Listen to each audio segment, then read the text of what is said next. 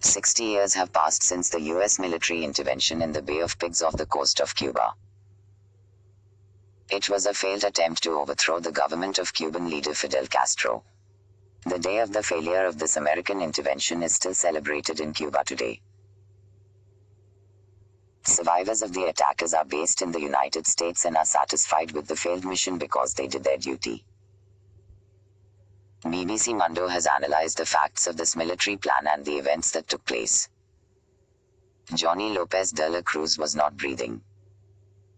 He is in India with 100 other prisoners in a lorry and may suffocate.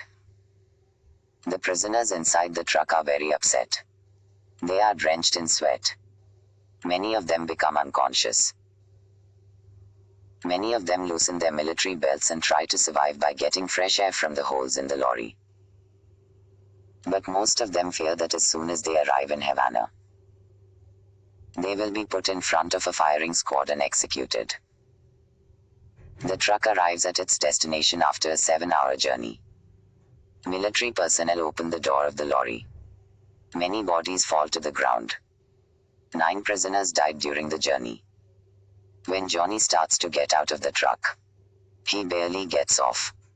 In addition to the death truck, many prisoners arrive in other trucks, numbering about 1,100. These are the survivors of Brigade No. 2506. The brigade was a contingent of 1,400 men who had been defeated by Fidel Castro's army on the country's Guerin coast just hours earlier. Most of them were Cuban exiles who were recruited and trained by the CIA to overthrow Castro's government after Castro's victory in Cuba. Fidel Castro won a victory in Cuba 2 years ago, on January 1, 1959, when his militia defeated Fulgencio Batista, whom Castro's supporters called corrupt and dictatorial. Despite Castro's immense popularity, many Cubans disagreed with his revolutionary ideology and were exiled. The US attack on the Bay of Pigs in 1961 is said to have been preceded by fears of failure before the first shot was fired. Surviving members of the brigade blamed the US government for the failure.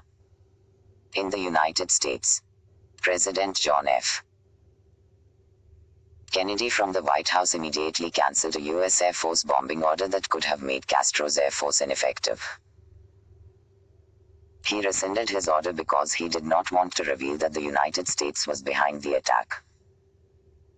He felt that this would affect not only America's global reputation, but also the Soviet Union, which at the time was busy stabilizing Fidel Castro in Cuba as a key ally, would react and create a nuclear power in the world. War could break out. Under these circumstances, the inexperienced young man who dreamed of liberating Cuba from Castro could only fight for 72 hours. CIA-trained Cuban exiles landed on the Cuban coast in the early morning of April 17, 1961, and had been defeated by the evening of April 19. The survivors of Brigade 2506 were released a year later, in 1962, through negotiations. The remnants of the invading army are still in exile awaiting the end of the socialist regime in Cuba. In Cuba, on the other hand,